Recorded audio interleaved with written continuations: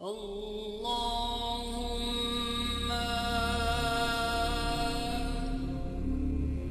صل على محمد المصطفى.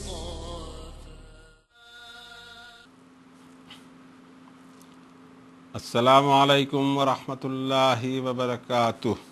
اعوذ باللہ من الشیطان الرجیم، بسم اللہ الرحمن الرحیم۔ وآتوا الیتامی اموالہم ولا تتبدلوا الخبیث بالطیب ولا تأکلوا اموالہم الی اموالکم انہ کان حوبا کبیرا۔ وَإِنْ خِفْتُمْ أَلَّا تُقْسِطُوا فِي الْيَتَامَى فَانكِحُوا مَا طَابَ لَكُم مِّنَ النِّسَاءِ مَثْنَىٰ وَثُلَاثَ وَرُبَاعَ فَإِنْ خِفْتُمْ أَلَّا تَعْدِلُوا فَوَاحِدَةً أَوْ مَا مَلَكَتْ أَيْمَانُكُمْ ذَلِكَ أَدْنَىٰ أَلَّا تَعُولُوا۔ صدق اللہ العظیم وصدق رسولہ النبی الکریم ونحن علی ذلک لمن الشاہدین والشاکرین والحمد للہ رب العالمین۔ آخری آسمانی صحیفہ جو آخری نبی اور رسول جناب محمد الرسول اللہ صلی اللہ علیہ وسلم پر نازل کیا گیا، اسی شکل میں جس طرح جناب نبی کریم صلی اللہ علیہ وسلم نے اس امت کو حوالے کیا، رہتی دنیا تک وہ موجود رہے گا تاکہ ساری انسانیت کو اس سے ہدایت ملتی رہے۔ اسی آسمانی کتاب کی چوتھی صورت ہے یہ سورۃ النساء، جس کی 2 اور 3 نمبر کی آیت کی تلاوت کی توفیق اللہ تعالیٰ نے دی۔ اس سے قبل 2 آیتیں ضرور پڑھی گئی تھیں، لیکن ایک ہی پر ہم درس حاصل کر رہے تھے، جس میں وقت کا تقاضا تھا کہ پھر آگے نہیں کہہ سکے، اس لیے اسی دوسری آیت کو ہم نے یہاں تلاوت میں دہرا لیا، اور تیسری بھی آیت کی تلاوت کی توفیق اللہ رب العالمین نے عنایت فرمائی۔ سب سے پہلے اس کے معنی اور مفہوم سے قریب ہونے کی کوشش کرتے ہوئے ان آیات بینات سے ہم درس حاصل کریں کہ کس طرح ہماری زندگی گزرنی چاہیے، ہم پر سماجی فرائض کون سے عائد ہوتے ہیں، ہمارا رب ہم سے کس طرح کی زندگی چاہتا ہے، اور اس نے ہم پر کیا ذمہ داریاں ڈالی ہیں اس انسانی سماج کی خاطر، جس کے ہم ایک پارٹ اینڈ پارسل ہیں، اور جس کے لیے اللہ نے یہ دنیا بنائی اور ہمیں یہاں ٹیسٹ کے لیے بھیجا ہے، اور ہمیں بہرحال ایک دن یہاں سے چلے جانا ہے۔ لیکن یہ جو عمر امتحان گاہ ہے ہماری، اور یہ روزانہ ایک ایک ٹیسٹ ہمارا لیا جا رہا ہے، اس میں ان چیزوں پر، ان پوائنٹس پر ہم کھرے اترتے ہیں، پاس ہوتے ہیں یا ناپاس، اسی پر آخرت کا دار و مدار ہے۔ آئیے پہلے معنی سے قریب ہونے کی کوشش کرتے ہیں، یہ جانتے ہوئے بھی کہ ایک انسان آسمانی کتاب کا کما حقہ ترجمہ نہیں کر سکے گا، لیکن ہم نے جو دوریاں پیدا کر رکھی ہیں اللہ تعالیٰ کی نازل کردہ کتاب کی اوریجنل زبان سے، ضرورت اس بات کی تھی کہ ہم اس سے قریب ہوتے تو ترجمے کی ضرورت نہ پڑتی۔ بہرحال کوشش کرتے ہیں کہ بات کو ہم اپنی زبان میں ادا کر سکیں، اور اللہ سے ہم نصرت اور استعان چاہتے ہیں۔ اور واپس دے دیا کرو یتیموں کا مال، اور تم نے سب سٹینڈرڈ چیز کو طیب چیز سے بدلنے کی کوشش نہیں کرنا، اور نہ یتیموں کے مال کو اپنے مال کے ساتھ ملا کر کھانے کی کوشش کرنا، بے شک یہ زبردست گناہ کا کام ہے۔ اور اگر تمہیں یہ اندیشہ ہو کہ تم یتیموں کے تعلق سے اپنے فرائض برابر ادا نہیں کر سکو گے، تو تم نکاح کر سکتے ہو ان لیڈیز سے جو تمہارے لیے سوٹ ہوں، دوسرا نکاح، تیسرا نکاح اور چوتھا نکاح۔ لیکن اگر تم کو یہ اندیشہ ہو کہ تم تمام بیویوں کے درمیان برابری اور عدل اور توازن نہیں رکھ سکو گے، تو ایک ہی کافی ہے جس کے تم رائٹ فلی جن سے شادی کی ہے، اور یہی معاملہ اس سے زیادہ قریب رہے گا کہ تم سے کمی بیشی اور زیادتی نہ ہو۔ ایک لفظ یہاں دکھائی دے رہا ہے یتیموں کے تعلق سے، اس لفظ کو قرآن شریف میں کثرت سے استعمال کیا گیا ہے۔ یتیم کس کو کہتے ہیں یہ بھی ہمیں سوچنا ہوگا، اب یتیم کے تعلق سے ہماری اپنی کیا ذمہ داری ہوتی ہے، یتیم ہوتا کیا ہے اور پھر سماج کی اس کی ذمہ داری کیا ہوتی ہے۔ پہلی آیت شریفہ سورۃ النساء کی جو عام طور سے نہیں بلکہ نکاح کے ہر خطبے میں پچھلے 1450 سال سے پڑھی جا رہی ہے، جس میں ایک کمپیکٹ مضمون بیان کر کے ایک تنبیہ کی گئی تھی کہ واتقوا اللہ الذی تساءلون بہ والارحام، تمہیں لحاظ رکھنا ہے ہر وقت اس اللہ کا جس کے تم اپنی ہر ضرورت میں سوالی ہو، اور اتنا ہی کانشیسنس کے ساتھ تمہیں خون کے بلڈ ریلیشنز، ارحام کے رشتوں کا خیال رکھنا ہے۔ یہ رحم کے رشتے تیار ہوتے ہیں، بنتے ہیں، یا اس کی جنریشن پوائنٹ ہے شادی۔ ایک خاتون اور ایک مرد کے بیچ میں شادی کے بعد میں جو زندگی کی گاڑی آگے بڑھتی ہے، اور پھر نئے مہمان اس دنیا میں آتے ہیں، اسی آدم علیہ السلام کے قبیلے کے افراد، ان کے تعلق سے جو ہماری ذمہ داریاں ہیں۔ شادی کے تعلق سے پچھلی بار بھی کہا گیا، اس بار بھی عرض کرتے ہیں کہ یہ وہ انسٹیٹیوشن ہے جو انسان کو حیوان سے الگ کرتا ہے، یہ انسانیت کا شرف ہے، اور یہی ساری رشتہ داریوں کی جڑ ہے۔ انسان تو پیدا ہوتے رہیں لیکن نہ اس کو والد ملے، نہ والدہ، نہ دادا، نہ پردادا، نہ دادی، نہ نانی، کوئی رشتہ اس وقت تک ہو نہیں سکتا جب تک اس جوڑے نے شادی نہ کی ہو۔ شادی کے معنی یہ ہوتے ہیں کہ سماج کو گواہ بنا کر ایک خاتون اور ایک مرد ایک ساتھ زندگی گزارے۔ بڑی سمپل سی چیز ہے، اس کو خیال رکھنا بہت ضروری ہے کہ اس میں انسانی سماج گواہ ہو تو سارے رشتے آن ہوتے ہیں، اور یہی وہ انسٹیٹیوشنز ہے جس سے سارے رشتے آن ہوتے ہیں۔ اور اسی کا تذکرہ اللہ تعالیٰ نے 25 نمبر کی سورۃ الفرقان میں 54 نمبر کی آیت میں فرمایا، وَهُوَ الَّذِي خَلَقَ مِنَ الْمَاءِ بَشَرًا فَجَعَلَهُ نَسَبًا وَصِهْرًا وَكَانَ رَبُّكَ قَدِيرًا۔ کیا شان والا ہے وہ رب جس نے انسان کو مٹی اور پانی کے خلاصے سے پیدا فرمایا، اور پھر اس کو خاندان کا حسب نسب اور سسرالی رشتے دیے۔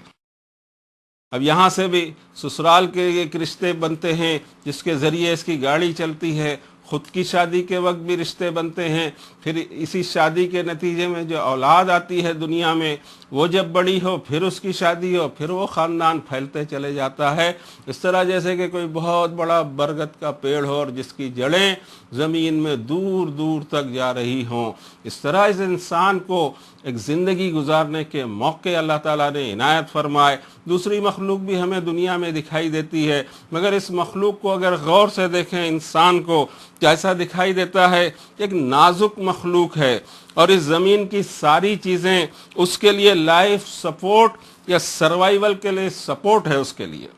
اور ان ساری چیزوں کی جب بھی بے قدری ہوگی یا بے حرمتی ہوگی یا ان سسٹم کو ڈاؤن کیا جائے گا تو انسانیت کا شرف مٹ جائے گا، اور انسانیت کی جو اسپیشل چیز ہے وہ اس سے چھوٹ جائے گی۔ اور اس طرح کی چیزیں جب ایک بار جو قدرتی نعمتیں ہیں ایک بار چھن گئی، وہ واپس نہیں آیا کرتی۔ انسانی سماج کو ہمیشہ اس بات کا خیال رکھنا چاہیے کہ جوڑے جو باندھے جائیں اس میں سماج گواہ ہو، پھر نکاح کے سسٹم میں اللہ اور اس کے رسول کے نام سے ایک جوڑا ایک دوسرے کے قریب آتا ہے۔ یہ بہت اونچی چیز ہے۔ اب اس طرف واپس آتے ہیں کہ یہ مخلوق کیا ہے اور اس مخلوق سے کیا چاہا جا رہا ہے۔ بہت شروع میں سورۃ البقرہ میں 29 نمبر کی آیت میں فرمایا اللہ تعالیٰ نے، وَهُوَ الَّذِي خَلَقَ لَكُم مَّا فِي الْأَرْضِ جَمِيعًا، اے انسانوں اس زمین اور اس سے ریلیٹڈ جتنی بھی چیزیں تم کو دکھائی دیتی ہیں یہ ساری کی ساری تمہارے لیے پیدا کی ہیں۔ یہ زمین پوری کی پوری، اس کے واٹر، اس کے سمندر، اس کی فضائیں، اس کی ہوائیں، اس کی آکسیجن، اس کے موسم، اس کے دن اور رات کا بدلنا، اس کے لیے سورج کی شعاعیں، چاند کی نورانی کرنیں، اور اس کے علاوہ ستاروں کے معاملے، ساری کی ساری چیزیں اگر دیکھتے ہیں ہم تو انسان کا ایک لائف سپورٹنگ سسٹم ہے، صاف دکھائی دیتا ہے۔ دوسروں کو اس کی اتنی ضرورت بھی نہیں ہے۔ اس انسان کو ایک چیز کی اس میں کمی کر دی جائے تو یہاں انسانی زندگی کا رہنا اور اس کا سروائیول ناممکن ہو جائے۔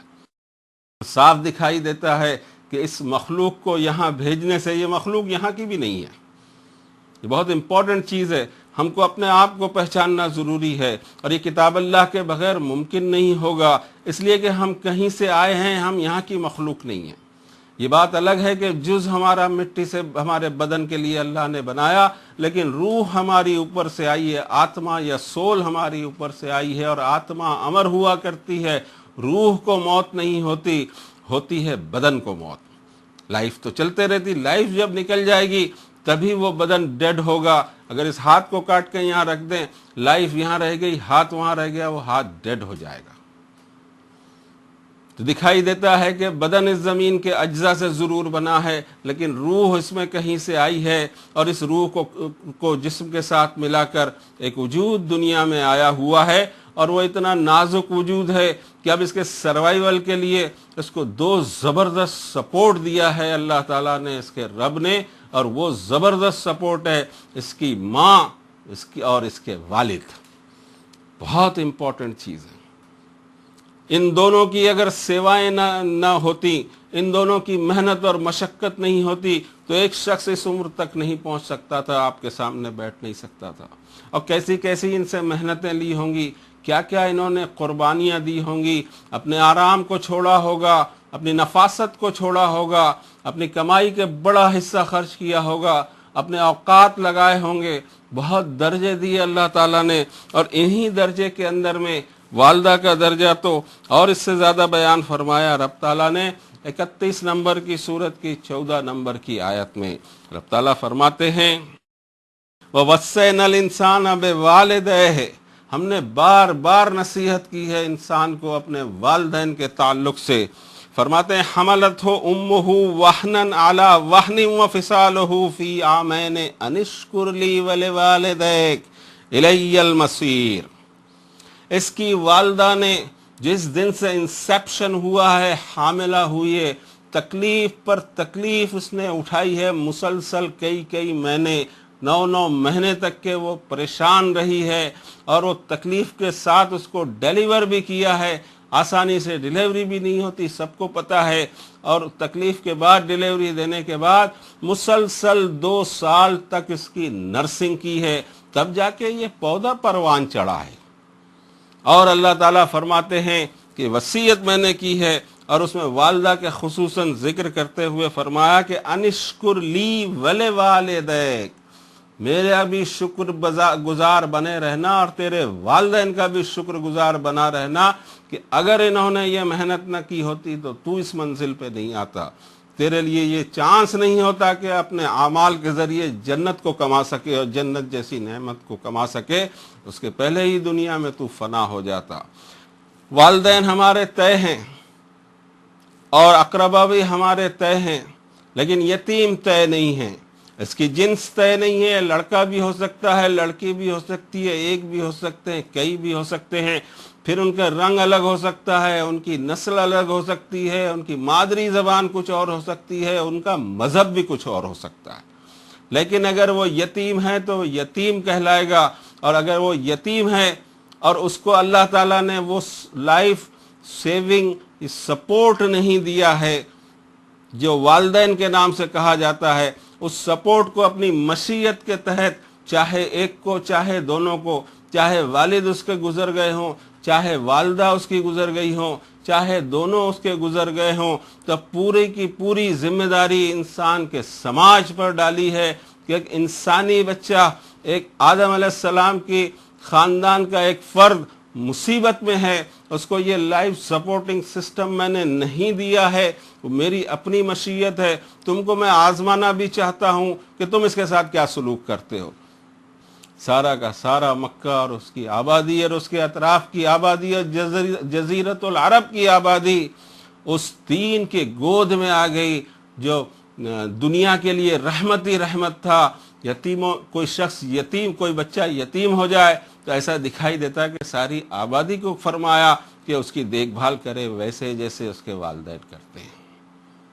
رسول کریم صلی اللہ علیہ وسلم سے ڈائریکٹ خطاب کرتے ہوئے فَأَمَّا الْيَتِيمَ فَلَا تَقْهَرْ وَأَمَّا السَّائِلَ فَلَا تَنْهَرْ وَأَمَّا بِنِعْمَةِ رَبِّكَ فَحَدِّثْ۔ سو دیکھیے یتیم پر کبھی قہر نہ ہو، قہر کی نگاہ نہ ہو، اتنا زیادہ اس کو درجہ دیا ہوا ہے ساری سوسائٹی کو، اور خود نبی کریم صلی اللہ علیہ وسلم کو احکامات آ رہے ہیں ظاہر ہے کہ ان سے پاس آن ہو کر صحابہ سے لے کر ہم تک کے یہ احکام اور رہتی دنیا تک کے کہ یتیم پر قہر کی نظر نہ ہو۔ اور یہاں جو مذکورہ جو آیتیں 2 پڑھی گئیں اس کی شروعات ہوتی وَآتُوا الْيَتَامَىٰ أَمْوَالَهُمْ، یتیموں کو ان کے پوزیشنز جانا چاہیے برابر۔ کب جانا چاہیے؟ اس کے بارے میں فرمایا کہ وَابْتَلُوا الْيَتَامَىٰ حَتَّىٰ إِذَا بَلَغُوا النِّكَاحَ، آگے آ رہی ہے آیت، نکاح کی عمر کو وہ پہنچ جائیں اور ان میں رشد پایا جائے تو ان کے مال حفاظت سے ان کو دے دیا کریں۔ اس دوران میں مال کو کیا کریں؟ فرماتے ہیں رب تعالیٰ سورہ بنی اسرائیل اور سورہ انعام میں آئیڈینٹیکل الفاظ آئے ہیں وَلَا تَقْرَبُوا مَالَ الْيَتِيمِ إِلَّا بِالَّتِي هِيَ أَحْسَنُ حَتَّىٰ يَبْلُغَ أَشُدَّهُ، پورا پیکیج دے دیا، یتیم کے مال کے قریب بھی نہ جانا، نیت نہیں ہونی چاہیے کہ اس سے کوئی بھی فائدہ اٹھا لیں، الا باللتی ہی احسن، اس کو ڈیولپمنٹ کے لیے، اس کو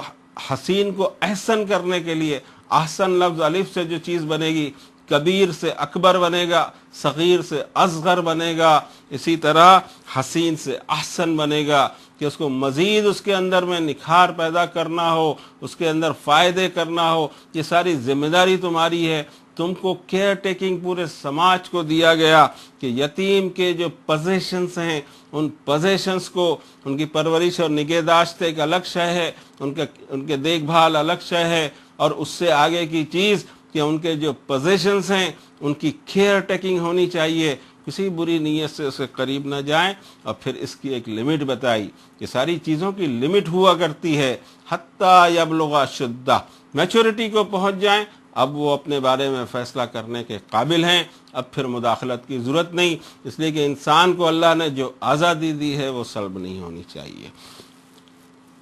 یہاں فرمایا کہ آتوا الیتامیٰ اموالہم، ان کے مال، ان کے پوزیشنز رائٹ ٹائم پر ان کے حوالے کر دیے جائیں۔ ولا تتبدلوا الخبیث بالطیب، کوئی سب اسٹینڈرڈ چیز کو طیب چیز سے بدلنے کی کوئی کوشش کبھی نہیں کرنی چاہیے۔ پھر ان کے پوزیشنز ہوں، ان کی دیکھ ریکھ کے اندر میں فرمایا کہ وَمَنْ كَانَ غَنِيًّا فَلْيَسْتَعْفِفْ، یہ دیکھ ریکھ کا جو خرچ آ رہا ہو، جس کو اللہ نے مالدار بنایا ہے، وہ چارج کرنے سے بھی بچے۔ وَمَنْ كَانَ فَقِيرًا، کہ اگر کوئی نادار اور پریشان ہے لیکن کیئر ٹیکنگ تو اس کو یتیموں کی کرنی ہے۔ ہو سکتا ہے یتیموں کی زمینیں ہوں، کھیتیاں ہوں، فیکٹریز ہوں، اور اس کو اپنا وقت لگانا پڑے، اور یہ وقت لگا نہیں سکتا ہو کیونکہ خود یہ اس کی پریشان حالی میں ہے، تو وہ چارج لے سکتا ہے، لیکن وہ بھی چارج ایسا نہیں کہ اس طرح سے لے کہ وہ بڑے ہو جائیں اس کے پہلے مال کو کھانے کی کوشش کرے، اس کو خرچ کریں، جلدی خرچ کریں کہ اب بڑے ہوں گے تو مال لوٹانا ہوگا۔ یہ ساری چیزوں کی پیش بندی اتنی تفصیل سے آگے آیتیں آتی ہیں کہ ہم اس وقت نہیں سارا مضمون لے سکتے۔ یتیموں کے تعلق سے ان کی سیف سائڈ، ان کے انٹرسٹ کی سیف سائڈ کو کس طرح اللہ تعالیٰ نے مد نظر رکھا، ان کے پوزیشنز، ان کی جائیداد کو کس طرح سیفلی پوری سوسائٹی پر یہ ذمہ داری عائد ہوتی ہے کہ سیفلی ان کے بڑے ہونے تک کے اس کی حفاظت بھی کی جائے، اس کو ڈیولپ بھی کیا جائے، اور کوئی ایسی نیت نہ ہو کہ کسی سب اسٹینڈرڈ چیز کو ان کے اچھے اسٹینڈرڈ والی چیز سے بدل لیں، یہ کریں وہ کریں۔ اصل معاملے ہونے والے ہیں، اصل حساب ہونے والا ہے انسان کی نیت سے، اس کے صدور سے، اس کی دماغ کے اندر سوچ کیا تھی، اس کا اپروچ کیا تھا، اس کے انٹینشن کیا تھا۔ نیت کو ہم انگلش میں انٹینشن کہہ سکتے ہیں کہ سارا کا سارا دار و مدار ایک حدیث شریف ہے، یہ پہلی حدیث شریف جس کو امام بخاری نے اپنے صحیح میں سب سے پہلے نوٹ کیا ہے کہ الاعمال بالنیات او کما قال النبی صلی اللہ علیہ وسلم، اعمال کا سارا دار و مدار نیت یا انٹینشن پہ ہوتا ہے۔ انٹینشن کسی کو پتہ نہیں لگ سکتا، انٹینشن صرف اس آدمی کو پتہ ہے اور اس کے رب کو پتہ ہے، اور اسی پر اللہ تعالیٰ نے فرمایا کہ اس کو نکال لیا جائے گا کہ اس وقت تمہارا انٹینشن کیا تھا۔ وَلَا تَتَبَدَّلُوا الْخَبِيثَ بِالطَّيِّبِ، کوئی سب اسٹینڈرڈ چیز کو ان کی اچھی اسٹینڈرڈ والی چیز سے تبدیل کرنے کی، اس میں مکس اپ کرنے کی یا معاملے کو پیچیدہ بنانے کی کوئی انٹینشن تمہارا نہیں ہونا چاہیے۔ وَلَا تَأْكُلُوا أَمْوَالَهُمْ إِلَىٰ أَمْوَالِكُمْ، ان کے مالوں کو اپنے مالوں میں مکس کر کے کھانے کی بھی کوشش نہیں کرنا۔ کتنی زیادہ اس کی کیئر لی گئی ہے کہ کہیں ایسا نہ ہو کہ وہ مکس اپ ہوں، کوئی اور پروگرام بنائے جا رہے ہوں، اس میں کچھ اور انٹینشن ہو کہ ان کا تو فائدہ ہو، مزید میرا بھی فائدہ ہو۔ ایسی کوئی چیز کے بارے میں اپنے مالوں کے ساتھ ملا کر ان کے مال کو کھانے کی کوئی کوشش نہیں کرنا۔ انہ کان حوبا کبیرا، کہ چھوٹا موٹا نہیں، بہت بڑا گناہ ہے یہ۔ اس ذمہ داری کو سمجھا جائے، یتیموں کے تعلق سے ہماری اپنی ذمہ داریوں کو سمجھا جائے۔ اگر ریئلی ہم اس کو سمجھ گئے ہوں تو میں سمجھتا ہوں کہ جو کھرے مومن ہیں، اگر کوئی بچہ ان کو یتیم ملے، سارا کام چھوڑ کے اس کی دیکھ ریکھ کرے۔ کتاب اللہ سے جو دین آئے گا وہ بیلنس دین ہوگا، اور اس کے ذریعے وہ لوگ جو سماج میں تیار ہوں گے تو ایک ایسا پرامن اور شاندار معاشرہ تیار ہوگا جو صحابہ کے دور میں تیار ہوا تھا، تابعین، تبع تابعین کے دور۔ اب یہ دکھائی دیتا ہے اس پوری آیت شریفہ میں کہ پورا مضمون ریلیٹ کرتا ہے یتیموں کے تعلق سے۔ اور یتیم کو ہم نے دیکھا، ایک تو یتیم کی عمر کیا ہوتی ہے، یہ بہت امپورٹنٹ چیز ہے۔ یتیم کی عمر شادی کی عمر کو پہنچنے کے پہلے کی عمر، چاہے پھر 1 دن کا یتیم ہو یا 1 سال کا ہو یا 10 سال کا ہو، 5 سال کا ہو، میرج کی عمر کو پہنچ گیا تو اس کی یتیمی کے نہیں، بلکہ اب وہ ایک میچورڈ انسان ہو گیا۔ تو یہی سلسلہ کلام پھر آگے جاتا ہے یتیموں کے تعلق سے۔ وَإِنْ خِفْتُمْ أَلَّا تُقْسِطُوا فِي الْيَتَامَىٰ، اگر تمہیں یہ خوف ہے کہ تم جسٹ نہیں رہ سکو گے، تمہاری ڈیوٹیز کو تم ادا نہیں کر سکو گے جیسے کہ ادا کرنا لازم ہے تم پر، تو اس صورت میں فَانْكِحُوا مَا طَابَ لَكُم مِّنَ النِّسَاءِ، جو سوٹیبل لیڈیز ہوں ان سے تم نکاح کر سکتے ہو، مثنا و ثلاثہ و رباع، 2، 3، 4۔ عام طور سے جس طرح ہم سمجھتے ہیں 4 شادیوں کا، اس کو اگر دیکھا جائے اسی آیت کی روشنی میں،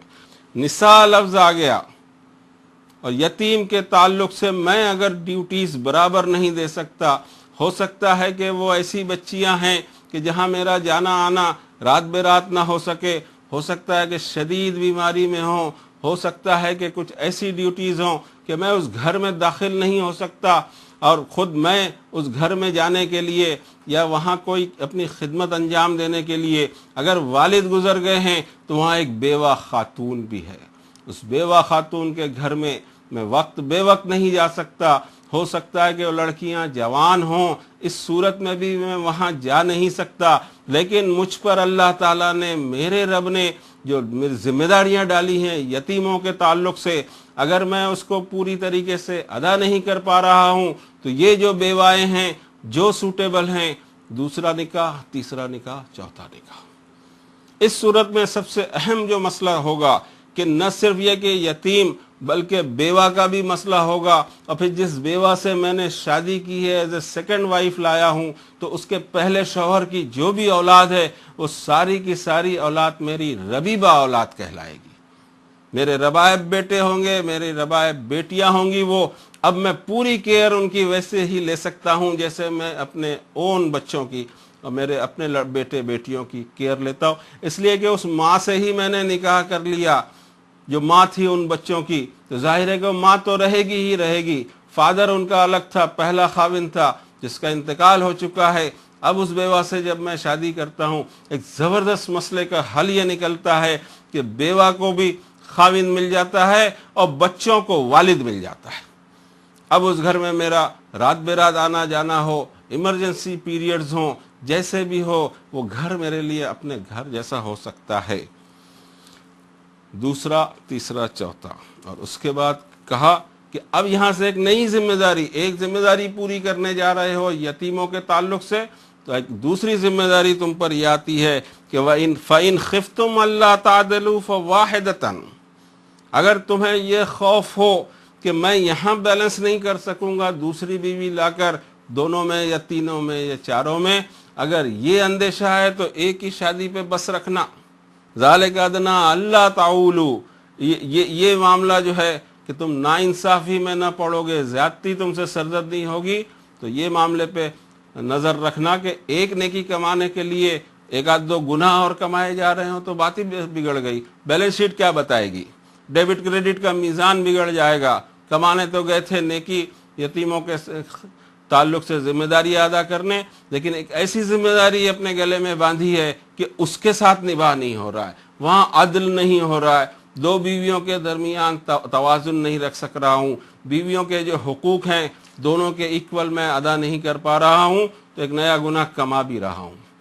کہ تیسرا راستہ بھلے کھوجا جا سکتا ہے انسانی سماج میں اپنے عقل سے، لیکن یہ رسک اگر تم کو لینا ہے یتیموں کی دیکھ ریکھ کی خاطر، تو ایک رسک فیکٹر یہ بھی آئے گا اور اس کو مد نظر رکھتے ہوئے ہونا چاہیے۔ ان چیزوں کو دیکھا جائے، آج جو واتاورن بنتا ہے، لوگوں کی باتیں بھی یہ سامنے آتی ہیں، اسلام کا غلط تصور پیش ہوتا ہے، اس لیے کہ دین قرآن شریف سے نہیں آیا کہ بھئی کس کی کیئر کے لیے، کون سے سماجی کام کے لیے، یا کیا اس کی ضرورت پیش آئی کہ آدمی ایک سے زیادہ نکاح کرے۔ یہ چیزیں جب ہمارے پاس کلیئر نہیں ہوں گی، ہم اس کو سامنے کیسے پیش کر سکیں گے؟ پھر دلائل دیتے رہیں، لوگ مطمئن نہیں ہوا کرتے۔ وہ الگ بات ہے کہ آج کی دنیا کبھی بحث میں اترتی نہیں، اس کے پاس ٹائم نہیں ہے، وہ ٹائم پاس کرتی ہے کہ کوئی شخص نہیں مان رہا ہے، کیا کیا جا سکتا ہے۔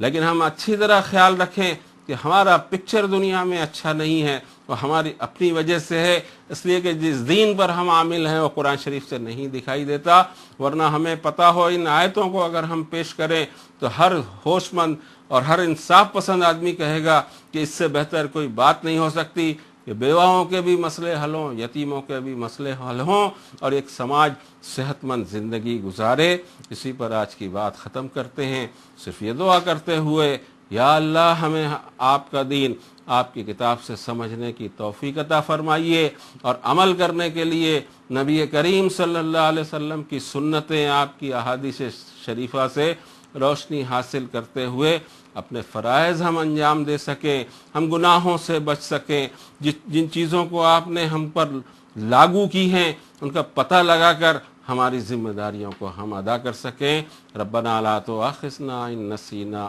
او اخطانا، وصلی اللہ علی النبی الکریم۔